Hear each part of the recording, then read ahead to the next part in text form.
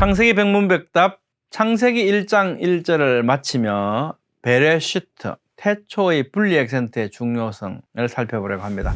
여러분의 구독, 좋아요, 알림, 댓글은 큰 힘이 됩니다. 안녕하세요. 김홍석입니다. 오늘은 창세기 1장 1절 말씀을 마무리하겠습니다. 창세기 1장 1절 태초에 하나님이 천지를 창조하시니라.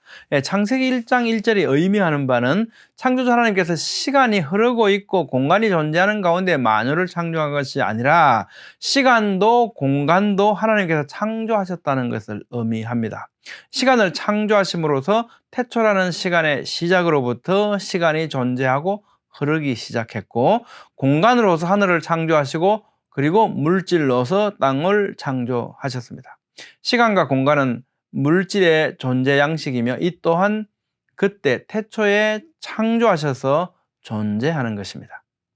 창세기는 역사적 사실이다. 그렇다면 우리는 창세기 1장 1절의 태초가 지금으로부터 언제인지를 물을 수 있어야 합니다. 그래서 성경의 말씀을 따라 창세기 1장 1절에 태초를 찾았고요.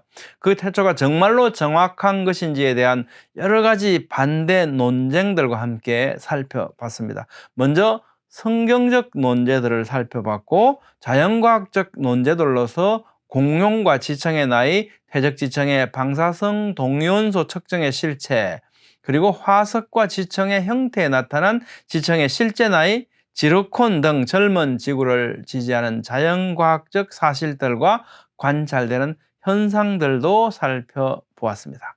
또한 고고학적 발견들에 대한 해석과 성경 연대기적 시간 속의 사건들 간의 마찰과 그 원인을 성경 연대기를 통해서 살펴봤습니다.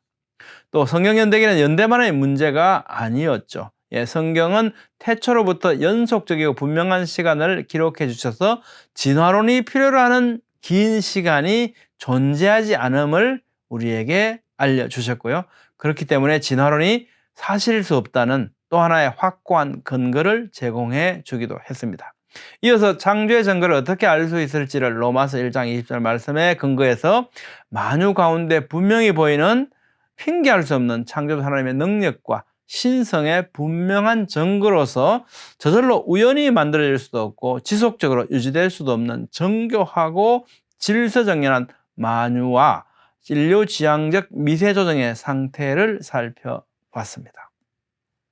그리고 성경적 창조와 어긋나는 것으로 보이는 다양한 창조에 대한 해석들을 살펴봤죠. 그리고 그로 인해 다양하게 나타난 신학적 현상들, 창세기 1장 1절의 창조에 근거하여 수립되어 있는 성경론, 삼위일체 하나님, 그리스도론, 인간론, 죄론, 구원론, 그리고 종말론에 이르기까지 살펴봤습니다.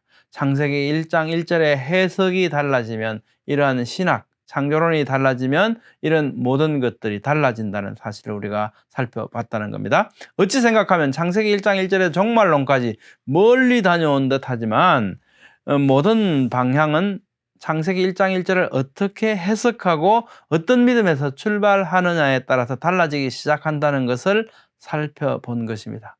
이제 다시 창세기 1장 1절 본문으로 돌아왔습니다. 태초의 베레시트를 어떻게 해석하냐에 따라서 많은 해석들과 신학들이 방향을 달리하면서 출발하죠. 수일 전에도요, 제가 창세기 1장 1절에 이 태초에라고 하는 데 대한 질문을 받은 바 있습니다. 혹자는 베레시트가 정관사를 가지고 있지 않기 때문에 정관사가 없는 이 단어는 연계형으로 해석할 수 있으며, 따라서 하나님이 천지를 창조하신 태초에 땅이 공하고 혼돈했는데 하나님께서 이르시되 빛이 있으라 하시니 빛이 있게 되었다 라고 번역할 수 있다고 주장합니다. 또 이런 주장을 하면서 레시트, 베레시트거든요. 레시트는 절대적인 의미의 무엇보다도 먼저라는 의미가 아니라 그저 이전에 첫째로라는 의미를 지니고 있다라고 해석할 수 있다고 봅니다. 태초에를 연계형으로 본다는 것은요, 창세기 1장 1절을 때를 나타내는 부사절로 보는 것이 됩니다. 그래서 앞에서 말씀드린 바와 마찬가지로 하나님께서 천지를 창조하셨던 태초에 라고 하는 부사절이 된다는 겁니다. 이것은 태초에 하나님의 천지를 창조하시니라. 그런데 그 땅은 이라고 했을 때 창세기 1장 1절은 독립절, 주절이 되는데 이게 아니고 그 창조하시던 태초에 땅이 이루고 있었다라고 하는 것은 태초에 이미 땅이 있었구나라고 하는 완전히 다른 해석을 하게 된다는 거죠. 그 결과 첫 번째로는요, 창세기 1장 2절이 주절이 되고 1절은 주절인 2절에 종속하는 때를 나타내는 절이라고 보는 견해로, 이는 하나님께서 창조하시는 태초에 이미 혼돈된 땅이 존재하고 있었다는 거죠. 2절의 땅이 존재하고 있었다라고 읽겠다는 겁니다. 이는 지구의 긴 연대를 확보하고 대신에 무로부터의 창조를 부인하는 결과를 초래하게 됩니다. 두 번째로는 창세기 1장 3절이 주절이 되고 1절은 마찬가지로 주절인 3절에 종속하는 때를 나타내는 절이라고 해석하게 되는데, 이 또한 하나님께서 천지를 창조하셨던 태초에 라고 해석하기는 마찬가지죠. 이 역시 하나님께서 창조하시는 태초에 이미 혼돈된 땅이 존재하고 있었다는 겁니다. 무로부터의 창조를 부인하게 되는 겁니다. 자, 이제부터 베레시트를 연계형으로 보면 안 되는 근거를 살펴보도록 하겠습니다. 베레시트는요, 일단 분리 액센트가 엄연히 배치되어 있습니다. 여기 이제 분리 액센트인데요. 베레시트, 요 분리 액센트. 여러분 기억나십니까? 우리가 노아 할아버지가 셈과 함과 야벳을 낳았다 그러는데 셈을 언제 낳았냐? 그러면서 셈이 형이냐? 아니면 야벳이 형이냐, 이걸 우리가 확인하기 위해서 살펴봤던 거 한번 기억해 보십시오. 창세기 10장 21절에 그죠? 자, 우셈, 그러면 셈에게도 자녀들이 출생했다. 그러면서 이제 여기에 분리 액센트가 있구나. 그러니까 셈은 이렇게 했는데 셈은 형제였다. 분리 여기서 끝난다는 겁니다. 그리고 그 다음에 야벳 학가돌이거든요. 야벳 학가돌. 근데 이 야벳, 여기에 예페트에는 메르하라고 하는 연결 액센트가 있다는 겁니다. 그러니까 그 다음에 나오는 단어 하카돌, 형하고 연결이 되기 때문에 형인 야벳이 되는 겁니다. 형인 야벳. 그래서 여기 분리되어 있잖아요. 셈은 이렇게 해서 이렇게 형제이다. 인데 끝나고 누구의 형제냐 하면 형인 야벳의 형제이다. 그래서 야벳이 형이고 그 형인 야벳의 형제가 셈이구나, 이렇게 우리가 확인할 수 있었거든요. 이거 마찬가지입니다. 이게 똑같이 베레시트에 지금 분리 액센트가 있지 않습니까? 이것은 뭐냐면 베레시트를 독립적으로 해석하라는 겁니다. 그러면 어떻게 되냐면 태초에 하나님이 천지를 창조하시냐, 이렇게 되는 거죠. 이게 만약에 분리형이 아니라면 연계형이라고 한다면 하나님께서 천지를 창조하시던 태초에, 이렇게 연계형에 대해서 부사절이 되지만 그렇지 않죠. 분명히 이렇게 베레시트에는요, 분리 액센트가 존재하고 있습니다. 그 다음에 정균환 박사는 여기에 대해서 자세히 설명하는데요. 요렇게 옆으로 삐쳐진 요거거든요. 요 부호입니다. 이 티프와 액센트 부호는 그 부호를 가진 단어가 의미상으로, 논리상으로, 또한 낭독법에서 다음 단어와 서로 분리됨을 표시해주는 분리 부호 중에 하나이다. 그러므로 베레시트에 붙어있는 티프와는 그 단어가 독립적으로 읽어져야 할 것을 말해준다. 이것을 이렇게 이 부호를 쓴 이유가 독립적으로 읽으라고 이렇게 의도적으로 붙여진 부호라는 겁니다. 다시 말하면 하나님이 천지를 창조하실 때가 아니라 태초에 라고 함으로써 베레시트가 다음 단어와 독립적으로 사용되어야 함을 보여준다. 또한 모든 고대 역본들은 한결같이 창세기 1장 1절을 독립적으로 번역함으로써 하나님의 절대 창조를 말하고 있다.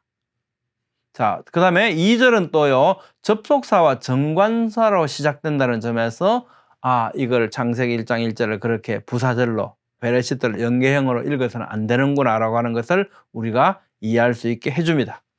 외하 아래자 이렇게 시작이 되거든요. 왜라고 하는 건 그런데, 그리고 이런 거거든요. 그리고 하 아래자, 하가 정관사 더에 해당이 됩니다. 그래서 배하 아래자 이렇게 얘기하거든요. 그럼 어떻게 돼? 직역하면 어찌 되냐면요, 그런데 그 땅은 이렇게 직역이 됩니다. 혼돈하고 공허하며 이랬다. 그런데 그 땅은 이라고 하는 이 표현은요, 바로 앞 1절에 창조하신 그 땅을 지칭하는 거죠. 그게 없다면, 그런데 그 땅은 의미 전달이 안 되죠. 그 땅이 뭐야? 바로 1절의 그 땅이라는 겁니다. 그게 1절이 주절이고 2절은 그것을 받아서 설명하고 있는 절이라고 보는 것이 문맥적으로 너무나 명확하죠. 그래서 이는 1절이 주절인 2절의 부사절이 아니라 1절이 주절이며 2절은 1절에 대한 설명임을 확정할 수 있다는 겁니다. 자, 그 다음에요. 세 번째로 태초에 베레시트에 정관사가 없기 때문에 연계형으로 해석해야 한다는 것, 이거 아닙니다. 때를 나타내는 경우에는 연계형이 아니더라도 종종 관사가 빠지기 때문에, 예를 들면 이사야 40장 21절부터 이렇게 쭉 나열되어 있습니다. 그죠? 미가서 5장 2절, 하박국 1장 27절도 마찬가지입니다. 관사가 없다고 해서 연계형으로 해석해야 하는 것은 아니라는 겁니다. 또 성경에는 레시트가 정관사 없이 독립적으로 사용되는 용례들도 많이 있기 때문에 정관사가 없다고 해서 반드시 또 연계형이 되는 것은 아닙니다. 창세기 1장 1절은 독립된 주절로서 하나님의 최초의 창조 활동을 서술한 거죠. 그러니까 왜 그러면 이걸 자꾸 연계형으로 하려고 했겠습니까? 긴 연대라고 하는 것을 찾아내기 위해서. 그래서 이미 땅은 존재한 상태에서 1장 3절부터 하나님의 창조를 6일 동안 창조를 시작하셨다. 이렇게 하면 지구가 아주 수십억 년 오래됐다고 하더라도 성경하고 전혀 이렇게 마찰이 없어진다는 거죠. 그런 의도를 가지고 그렇게 연계형으로 자꾸 해석하려는 경향을 보여왔던 것 같습니다. 그렇지만 성경은 그렇게 말씀하지 않으신다는 거죠. 자, 창세기 1장 1절은 왜 태초에 하나님이 천지를 창조하시니라 일까요?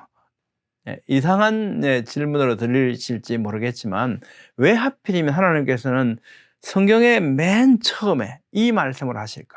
왜 하나님께서는 창조를 시작하시는 맨 처음에 이렇게 창조를 시작하실까라는 거죠. 우리는 창세기 1장 1절은 태초에, 그러니까 창조를 시작하시면서 시간이 시작되고 가장 먼저 그 하늘과 그 땅을 창조하심으로써 창조와 하나님의 말씀, 성경을 시작하셨다는 것을 확인할 수 있는데요. 이게 무엇을 의미할까? 창세기 1장 1절은 서술적 구조상 우주와 지구를 대등하게, 또는 오히려 지구가 우주의 핵심으로 창조하셨다고 말씀하시는 것으로 들립니다. 그 하늘과 그 땅은 끝없는 우주 공간의 지구, 원시 지구를 의미하죠. 이로부터 창세기 1장 1절 말씀이 의도하시는 바가 가치적으로, 위치에 관계없이 가치적으로 바로 지구가 우주의 중심이라고 하는 것을 배울 수 있게 된다는 겁니다. 우리가 이미 알고 있는 바와 같이 별들은 넷째 날이 되었어야 만들어지지 않습니까? 반면에 창조를 시작하시면서 창조하신 지구는 광대무비한 우주 가운데 한 변두리에 셀 수 없이 많은 별들 가운데 그리 크지도 않는 아주 미미한 존재가 아니라는 거죠. 창세기 1장 1장은 그 우주와 지구가 어떻게 해요? 1대1로 당당히 존재하도록 창조하셨다. 천지를 창조하셨다라고 말씀하시거든요. 그래서 이렇게 말씀하신 것이다. 나아가 오히려 지구가 우주의 가치적 중심이 되는 것은 앞으로 사람이 살아갈 곳이기 때문임을 우리는 26절에 가면 깨닫게 되죠. 사람은 하나님의 형상대로 지음받아서 다스리며 하나님의 은혜의 영광을 찬송하며 살아갈 존재죠. 그러한 사람이 살아갈 장소의 원형이 바로 창세기 1장 1절의 그 땅이기 때문입니다. 하나님께서 창조를 시작하시기 전에 우리를 택하셨다고 말씀하셨죠.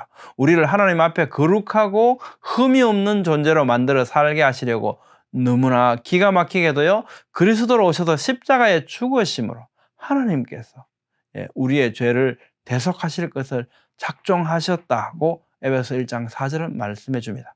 사람은 그렇게 하나님의 은혜와 사랑을 입고 하나님의 은혜의 영광을 찬송할 존재이며 그 사람이 살아갈 곳이 땅이고, 그래서 하나님께서는 창조를 시작하시면서 그 하늘 가운데 그 땅을 창조하셨다고 말씀하신 것임을 배우게 됩니다. 그러므로 창세기 1장 1절의 그 땅의 창조는 하나님의 영광을 찬송할 사람을 향하고 있었고요. 그래서 창세기 1장 1절은 태초에 하나님이 천지를 창조하시니라 로 창조의 말씀, 성경을 시작하심을 배우게 됩니다. 여러분은 어떻게 생각하십니까? 오늘은 창세기 1장 1절을 마무리하면서 100여 회에 이르는 그간의 내용을 간략히 돌아봤고요. 또 창세기 1장 1절의 해석에 따라서 또 첫 단어 태초에라고 하는 이 말씀의 해석에 따라서 다양한 신학들이 출발하고 있음을 돌아보며 그 중요성을 다시 한번 되새겼습니다. 참 저자이신 하나님께서 말씀하시고 기록하게 하신 원래의 그 의도대로 말씀을 이해할 수 있기를 더욱 간절히 사모하게 됩니다. 다음 시간에는 창세기 1장 2절을 살펴보겠습니다. 감사합니다.